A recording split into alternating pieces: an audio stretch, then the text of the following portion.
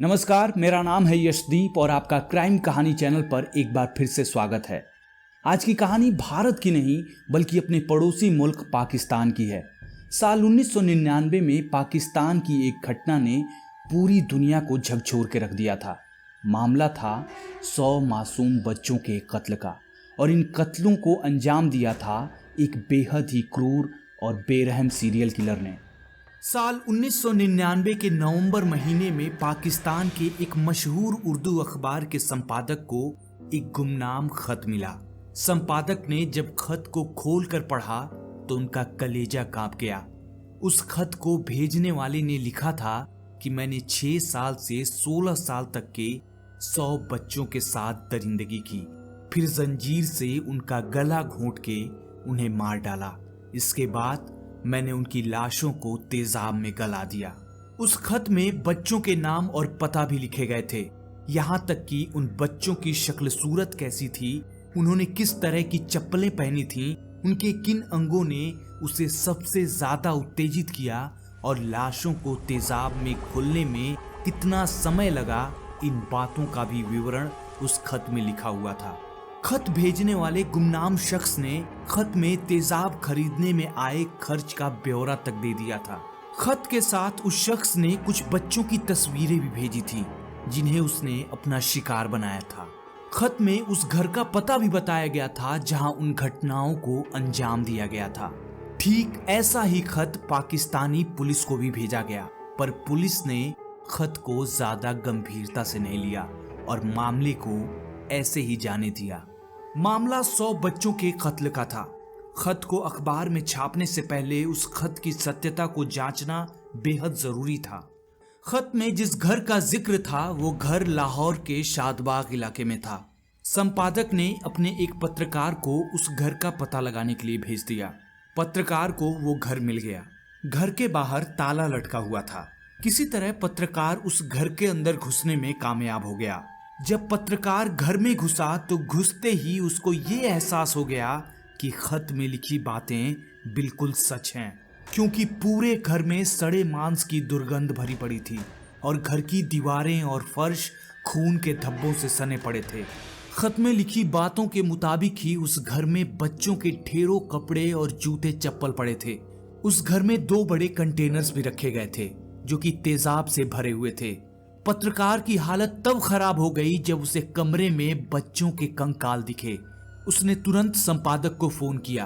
उसने कहा कि खत भेजने वाले ने सच लिखा है, इस घर में कई बच्चों का कत्ल हुआ है और ये घर नहीं कब्रिस्तान है। संपादक भी पत्रकार की बात सुन के घबरा गया। उसने तुरंत पुलिस को इस मामले की खबर दी। जल्दी ही शादबाग इलाके के उस घर के पास पुलिस का मजमा लग गया। पुलिस को पता चला कि वो घर जावेद इकबाल नाम के किसी शख्स का है। पुलिस घर के अंदर पहुंची और बारीकी से घर में पड़ी चीजों की जांच पड़ताल करने लगी। पुलिस को घर में पड़े बच्चों के कंकाल, कई टुकड़ों में कटी लाशें और तेजाब से भरे दर्जन भर डिब्बे मिले। पुलिस उन कंटेनर्स की जांच में लग गई जिनमें बच्चों की लाशों को गलाया जाता था। पुलिस बड़ी सावधानी से सबूतों को इकट्ठा करने लगी। साथ ही घर में हर जगह बिखरे पड़े छोटे बच्चों के बालों को भी सबूतों के तौर पे इकट्ठा कर लिया। उन क्रूर हत्याओं को अंजाम देने वाला शख्स ये अच्छी तरह से जानता था कि पुलिस या अखबार वाले खत की सच्चाई जानने के लिए उस घर में जरूर आएंगे। इसीलिए उसने कुछ नोट्स कमरे की दीवार पर चिपका दिए थे ताकि आसानी से किसी की भी नजर उन नोट्स पे पड़ जाए। उन नोट्स में कातिल ने लिखा था कि मैंने जितने भी बच्चों को मारा है उसका सिलसिलेवार ब्यौरा 32 पेज की एक डायरी में लिखा है। वो डायरी मैंने कमरे में ही छोड़ दिया है। कुछ लाशों को मैंने ठिकाने नहीं लगाया है। पुलिस को वो लाशें मिल जाएंगी, पर मेरे मरने के बाद। अब मैं रावी नदी में कूदकर आत्महत्या करने जा रहा हूँ। कातिल के लिखे ये नोट्स पढ़ के पुलिस उसे आत्महत्या करने से रोकने और उसे पकड़ने के लिए रावी नदी की ओर भागी। पुलिस ने उस सीरियल किलर को रावी नदी में बहुत ढूंढा, पर वो उन्हें नहीं मिला। सैकड़ों पुलिस दल को उस सीरियल किलर को ढूंढने के लिए लगाया गया, पर उनके हाथ असफलता ही लगी। बताया जाता है कि पाकिस्तानी पुलिस ने उस सीरियल किलर को ढूंढ निकालने के लिए उस साल का सबसे बड़ा सर्च ऑपरेशन चलाया था। पुलिस को उसकी लिखी डायरी भी मिल गई। उसने उस डायरी में अपने हर कत्ल के बारे में बड़ी तफसील से लिखा था। साथ में पुलिस को प्लास्टिक की थैलियों में बच्चों की तस्वीरें भी मिली जिन्हें कातिल ने मारने का दावा किया था। उधर अखबार ने अपने कर्मचारियों को खत में लिखे गए बच्चों के पते पर ये जानने के लिए भेज दिया कि क्या वाकई में उनके घरों के बच्चे गायब तो नहीं हैं। अखबार कर्मचारी डायरी में लिखे गए उन पते पर गए और उन्हें वहां वही मिला जिसका उन्हें डर था। बात एकदम सही निकली, उन घरों के बच्चे गायब थे। अब अखबार के पास इस खबर को छापने के लिए पर्याप्त सबूत मिल चुके थे। 3 दिसंबर को इस खबर को फ्रंट पेज पर जगह दी गई। अखबार ने तस्वीरों के साथ कई बच्चों के एक सीरियल किलर द्वारा मारे जाने की खबर छाप दी। लोगों के हाथों में अखबार जाते ही पूरे पाकिस्तान में उस सीरियल किलर को लेकर गुस्सा उमड़ गया। जिनके भी बच्चे गायब थे वो पुलिस थाने पहुंच गए। पुलिस को सीरियल किलर के घर से जो ढेर सारे कपड़े और जूते मिले थे, लापता बच्चों के परिवार से उनकी पहचान कराई गई। उन कपड़ों और जूतों के ढेर में से कईयों परिवार के बच्चों के कपड़े और जूते मिले। पुलिस उस घर के मालिक जावेद इकबाल का बायोडेटा खंगालने लगी। पुलिस उसे कई दिनों से ढूंढ रही थी पर वो उनके हाथ नहीं लग रहा था। पुलिस को पता चला कि जावेद इकबाल का जन्म 8 अक्टूबर 1956 को लाहौर में हुआ था। जावेद के पिता स्टील के पाइप बनाने का कारोबार करते थे। जावेद अपने पिता की 8 संतानों में से 6ठे नंबर का था। जावेद इकबाल एक संपन्न परिवार से आता था। उसे किसी भी चीज की कमी नहीं थी। कहा जाता है कि जावेद इकबाल समलैंगिक था और इस बात से उसके और उसके परिवार के बीच दूरियां बढ़ती जा रही थीं। 20 साल की उम्र पार करते ही जावेद पर कई आरोप लगे। वो छोटे बच्चों के साथ छेड़छाड़ के आरोपों में घिरा। उसके ऊपर एक सौडमी की शिकायत भी दर्ज की गई, पर उसने पुलिस और पीड़ित के माँ बाप को रिश्वत खिला के मामले को रफा दफा करवा दिया। जावेद के इन्हीं बातों से उसके भाई बहुत खफा हुए। संपत्ति में से उसका हिस्सा देकर परिवार से उसे अलग कर दिया गया। जावेद के पिता ने उसके लिए शादबाग शहर में एक घर बनवाया था। वो वहीं रहकर स्टील रिकास्टिंग का धंधा करने लगा। अपने धंधे में उसने कम उम्र के लड़कों को काम पे रखा। उनमें से अधिकतर घर से भागे हुए और गरीब लड़के होते थे। वो उन्हें रहने की जगह देता, खाना देता और पहनने के लिए कपड़े देता। इनमें से अधिकतर लड़के जावेद के पास से काम छोड़ के भाग गए और कुछ जावेद के पास ही रुके रहे। इन्हीं में से एक लड़का साजिद जावेद इकबाल का चेला बन गया।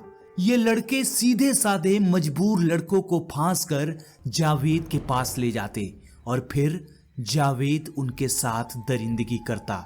जैसे जैसे जावेद की उम्र बढ़ती गई वैसे वैसे जावेद हिंसक होता गया। साल 1998 में उस पर 2 लड़कों के साथ बलात्कार के आरोप लगे। वो उन लड़कों को बहला फुसला कर अपने घर ले गया और बंदूक के नोक पर उनके साथ दरिंदगी की। मामला पुलिस के पास भी गया, पर जावेद ने पुलिस को रिश्वत खिलाकर मामले को एक बार फिर से दबा दिया। इस मामले के कुछ ही दिनों बाद एक बार फिर से जावेद ने एक 15 साल के लड़के के साथ दरिंदगी कर दी, जिसके बाद उस लड़के ने आधी रात में सोते हुए जावेद पर हमला कर दिया। इस हमले में उसकी खोपड़ी और जबड़ा दोनों टूट गए। इस हमले में वो 20 दिन तक कोमा में रहा था। कहा जाता है कि इसी घटना के बाद से जावेद इकबाल के अंदर के जानवर ने और उग्र और हिंसक रूप अख्तियार कर लिया। बाद में जावेद ने अपने घर के पास ही एक वीडियो गेम की दुकान खोल दी। जब उस दुकान पे बच्चे गेम खेलने जाते थे तो जावेद चुपके से पैसे गिरा देता था। उन बच्चों की नजर जैसे ही उन पैसों पर पड़ती थी तो वो उन्हें उठाकर अपनी जेब में रख लेते थे। जावेद ये सब छुपके देखता रहता था। वो उन बच्चों को पकड़ लेता था, उन पर चोरी का इल्जाम लगा के उन्हें डरा धमका देता था। बेचारे मासूम बच्चे डर के मारे सहम जाते थे। इसके बाद जावेद उन बच्चों को एक अलग कमरे में ले जाकर उनके साथ दुष्कर्म करता था। वहां के आसपास के लोगों को जब जावेद की इन हरकतों के बारे में पता चला तो उन्होंने अपने बच्चों को वहां भेजना बंद कर दिया। इसके बाद जावेद ने बच्चों को मछलियां दिखाने के लिए एक एक्वेरियम खोल दिया। वहां भी जब बच्चे अकेले मछलियां देखने जाते थे तो जावेद उनको बहला फुसलाकर अपने घर ले जाता था और उनके साथ दुष्कर्म करता था। फिर जंजीर से उनका गला घोंट के उन्हें मार देता था। वो याद और निशानी के तौर पे उन बच्चों की फोटो खींच के अपने पास जरूर रखता था। सबूतों को मिटाने के लिए वो उन बच्चों को मारने के बाद उनकी लाश के कई टुकड़े करके तेजाब से भरे कंटेनर में गलने के लिए डाल देता था। अगर उन लाशों के कुछ अवशेष बच जाते थे तो वो उन्हें नदी में फेंक देता था। पाकिस्तान की पुलिस चाहती तो जावेद इकबाल को एक सीरियल किलर बनने से पहले ही रोक सकती थी, पर पैसों के लालच ने पुलिस को अंधा कर दिया और जावेद इकबाल दुनिया का दुर्दांत सीरियल किलर बन बैठा, जिसने एक दो नहीं बल्कि 100 मासूम बच्चों के कत्ल किए। अब पुलिस उन लड़कों को ढूंढने लगी जो जावेद के लिए काम करते थे। जावेद इकबाल तो पुलिस के हाथ नहीं लग पाया, पर पुलिस उसके साथ रहने वाले 4 लड़कों को पकड़ने में कामयाब हो गई।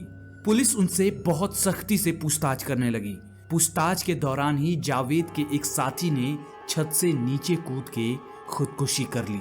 पुलिस अभी इस केस की तफ्तीश में लगी ही थी कि घटना के लगभग 1 महीने बाद ही 29 दिसंबर की रात को करीब 42-43 साल का चश्मा लगाया हुआ एक शख्स उर्दू अखबार के दफ्तर में पहुंचा। उस शख्स ने दफ्तर के कर्मचारियों से बड़ी शांति से बताया कि मैं जावेद इकबाल हूं, 100 बच्चों का हत्यारा। ये बात सुनते ही पूरे दफ्तर में अफरा तफरी मच गई। जिस सीरियल किलर को ढूंढने में पाकिस्तान के सैकड़ों पुलिस वाले लगे थे, वो सीरियल किलर खुद चलकर उर्दू अखबार के दफ्तर में पहुंच गया था। उसका ऐसा करने के पीछे एक कारण था। उसे डर था कि पुलिस उसे पकड़ के मार डालेगी। इसी वजह से उसने सीधे उर्दू अखबार के दफ्तर में जाकर आत्मसमर्पण कर दिया। जावेद इकबाल का काफी देर तक इंटरव्यू लिया गया। उसके पूरे इंटरव्यू को रिकॉर्ड किया गया, जिससे अदालत में उसे सजा दिलाने में मदद मिलती। जब जावेद इकबाल का इंटरव्यू पूरा हो गया तो पुलिस को इत्तला कर दिया गया। पुलिस आई और उसे गिरफ्तार करके ले गई। पुलिस के पास कई सवाल थे जिनके जवाब सिर्फ जावेद इकबाल ही दे सकता था। पुलिस ने जावेद से पूछा कि तुमने इतना घिनौना और अमानवीय काम क्यों किया। तब जावेद ने पुलिस से एक अलग ही कहानी सुना डाली। उसने कहा कि मैं अपनी माँ के साथ खुशहाल जीवन जी रहा था। दुनिया में मेरे लिए सबसे प्यारी मेरी माँ ही थी। वो मुझे बहुत प्यार करती थी, पर मेरी ये खुशहाली दुनिया को रास नहीं आई। पुलिस ने मुझे एक झूठे केस में गिरफ्तार कर लिया और मुझ पर झूठे रेप का केस थोप दिया, जबकि मैंने ऐसा कुछ किया ही नहीं था। मैं बिल्कुल बेकसूर था। मुझे जेल में सड़ने के लिए छोड़ दिया गया। मेरी माँ मुझसे जेल में मिलने आया करती थी और मेरी हालत देखकर खूब रोती थी। उसने पुलिस से बताया कि मैं उस समय खुद को बहुत लाचार महसूस कर रहा था, क्योंकि मैं अपनी माँ के आंसू तक नहीं पोंछ पा रहा था। एक दिन ऐसा आया जब मेरी माँ ने मेरे जेल से निकलने का इंतजार करते करते दम तोड़ दिया। अपनी माँ की मौत से मैं गुस्से से भर गया और उसी दिन मैंने ये कसम खाई कि जैसे मेरी माँ अपने बेटे के लिए रोई है, वैसे ही मैं भी 100 माँओं को खून के आंसू रुलाऊंगा।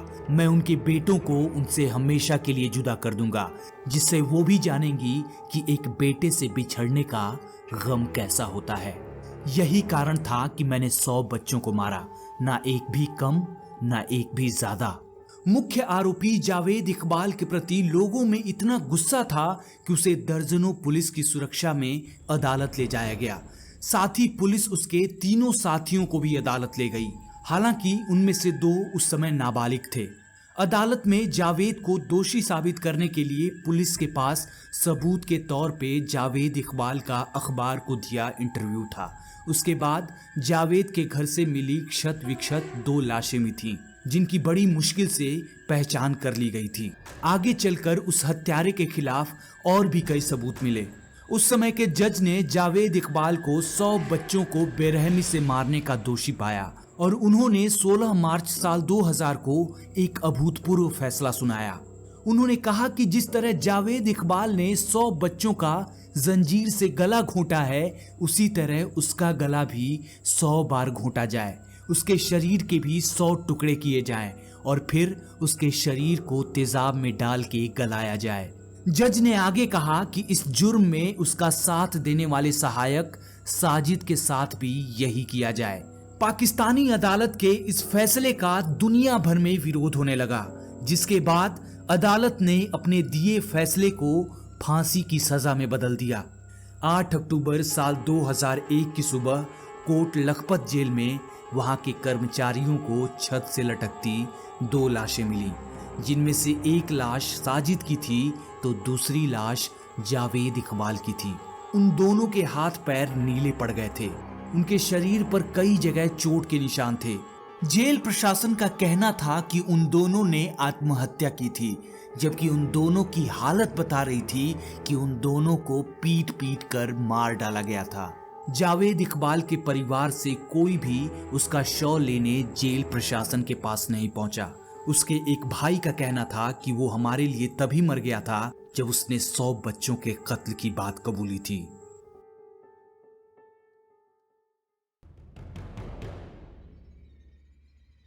तो यही आज की कहानी थी। अगले वीडियो में एक नई कहानी के साथ जल्दी ही हमारी मुलाकात होगी। तब तक के लिए मुझे आज्ञा दें।